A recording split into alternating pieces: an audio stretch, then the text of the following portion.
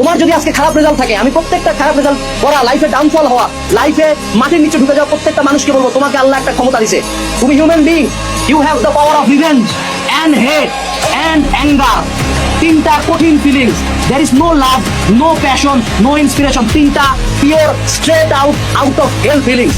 এই তিনটাকে কাজে লাগাও। embrace the monster inside you, embrace the hate inside you, embrace the revenge, embrace the negative comments, embrace the পাশের আন্টির কথা, embrace that friend যে তোমার খারাপ সময় তোমার পাশে না থাকে, তোমাকে লাথি মারছে, embrace that teacher যে পিতৃ সম হয়ে তোমাকে গালি দিছে, embrace that parents যারা বাপ মা হয়েও সন্তানের আশ্রয় হয় নাই, তাদের রিপ্লাই দেওয়ার সুযোগ তোমার হাতে আছে এখনো। you have around 40 to 60 days in your hand।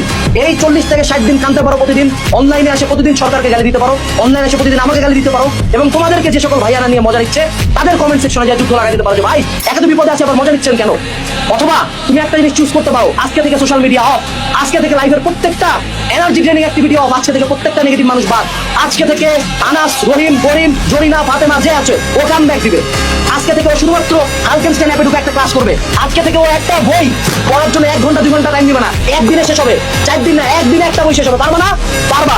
মনে রাখবা, তোমার ভিতরে নেগেটিভ ফিলিংসকে এমব্রেস করো ভাই। এত পজিটিভ তো অনেক দেখলা, become negative, become vengeanceful, revenge, pure revenge. যেইবার খেলা দেখাবো ভাইয়া, তোমার আইডিয়া কি হয়, প্রথম স্ট্যাটাস করতে চান্স পাইছি।